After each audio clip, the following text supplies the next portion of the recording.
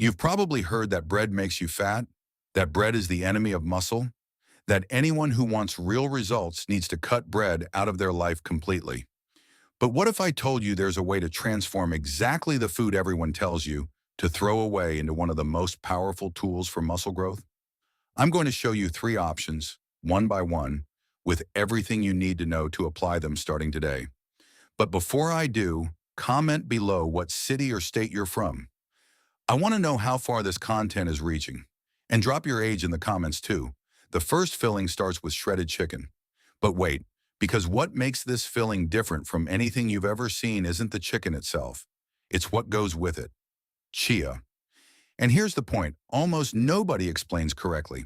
Chia isn't there just to add fiber.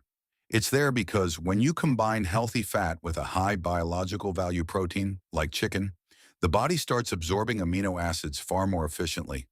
This is directly connected to the speed at which your muscles can recover after training. Muscle doesn't grow during training, it grows during recovery. And recovery depends on nutrients reaching the muscle cells at the right moment and in the right concentration. Chia provides plant-based omega-3, which plays a real anti-inflammatory role inside the process of protein synthesis. When post-workout muscle inflammation is managed through nutrition, the tissue rebuilds faster and denser. Now pay attention to this detail that most people completely ignore. The proportion. It's not just any amount of chia thrown into any amount of chicken that's going to create this effect. What works is a proportion that respects your body's anabolic window. And that depends on your weight, the type of training you do, and the time of day you're going to eat that bread. But generally speaking, the chicken and chia filling works especially well when eaten in the pre-workout meal or immediately after training. Because those are the two moments when your muscle is most sensitive to nutrient absorption. Chicken delivers protein with moderate digestion speed, which means amino acids keep arriving in a sustained way throughout your training or during the recovery process. And chia stabilizes blood glucose, preventing that insulin spike that puts your body into fat storage mode instead of muscle building mode. Tell me in the comments, do you train in the morning, the afternoon, or at night? That matters a lot for deciding which of these three fillings makes the most sense for your time of day. The second filling is where most people make a big mistake, not because they're using the wrong food, but because they're using the right food the wrong way, ricotta. Almost everyone who follows a healthy eating plan eats ricotta, but almost nobody knows that ricotta has a very specific protein composition. It's rich in casein, which is a slow-digesting protein, and that completely changes the strategy for when and how you should eat this filling.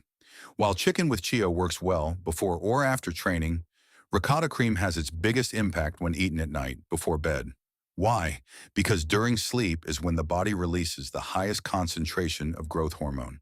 And growth hormone works in synergy with the protein available in the blood to promote muscle synthesis. The casein from ricotta gets released slowly over 6 to 8 hours, which is exactly the average sleep duration. So while you sleep, your muscle is being continuously fed. Now, what transforms simple ricotta cream into something far more powerful is what you add to it. And here's the point almost nobody talks about. Functional herbs, specifically turmeric and black pepper. These two together activate a compound called piperine, which increases the bioavailability of curcumin by up to 2,000%. And curcumin has real anti-inflammatory and antioxidant action that protects muscle fiber during the overnight regeneration process. So it's not just ricotta on bread, it's ricotta with turmeric and black pepper, eaten at night, turning sleep into an active window of muscle building. That's different from anything you've read on any health blog. There's another important detail, the consistency of the cream.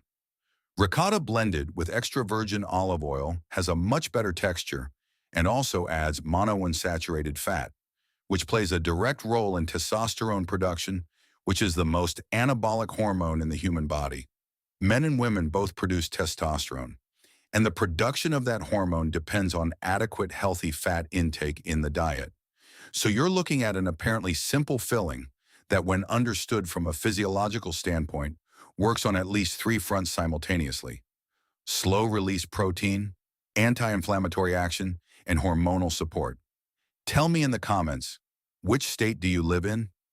I want to know if these foods are easy to find in your area. The third filling is probably the most underestimated of the three, and also the most powerful when it comes to the speed of muscle recovery. Tuna, but not the way you're thinking. Tuna is one of the most concentrated sources of complete protein that exists. But what makes it a truly standout food for anyone who wants muscle growth isn't just the amount of protein. It's the DHA, docosahexaenoic acid, which is a form of marine-based omega-3, with absorption far superior to the plant-based omega-3 from chia that we talked about in the first filling. DHA has a specific role in the membranes of muscle cells.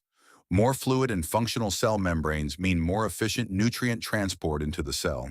In practical terms, amino acids reach the cell nucleus, where protein synthesis actually happens much faster. Now, what transforms plain tuna into a truly functional spread is the combination with two ingredients that seem simple but have real physiological impact. The first is plain Greek yogurt, which adds extra protein and probiotics. And here's something very few people connect. Gut health directly affects protein absorption. An intestine with a balanced bacterial flora absorbs far more amino acids than an inflamed intestine. So you're not just adding calories or flavor, you're improving the efficiency of the entire system. The second ingredient is lemon. The acidity of lemon isn't just a flavor detail, it has a real digestive function, stimulating the production of hydrochloric acid in the stomach, which is essential for breaking proteins down into absorbable amino acids. People with slow digestion frequently don't produce enough stomach acid, and that compromises protein absorption even when the diet is technically correct. So the tuna spread with Greek yogurt and lemon is acting on intestinal absorption, cell membrane quality, and protein synthesis speed all at the same time. That's strategic nutrition, not just a recipe. The ideal moment for this filling is right after training because tuna digests relatively quickly and DHA starts acting on cell membranes within a few hours of consumption. Combined with bread, which provides carbohydrates to replenish the muscle glycogen used during training, you have a complete recovery meal. The three fillings you saw today aren't just healthy eating options. They are nutritional protocols with physiological logic behind every single ingredient. Chicken with chia for pre or post-workout, acting on amino acid absorption and inflammatory control. Ricotta cream with turmeric and black pepper for the evening, turning sleep into an anabolic window. And tuna spread with Greek yogurt and lemon for post-workout, acting on absorption speed and cellular health. Bread is not the enemy. What you put inside it is what determines whether it works in favor of or against your goal. If you made it this far, you already have a real advantage over most people who keep repeating the same generic information that circulates everywhere. Now the next question is, which of the three are you going to test first? Answer in the comments. What city are you from? I want to know where this crowd that's taking health and results seriously is coming from. And if this content made sense to you, share it with someone who still believes bread is the enemy of muscle, because maybe it's time to change that idea.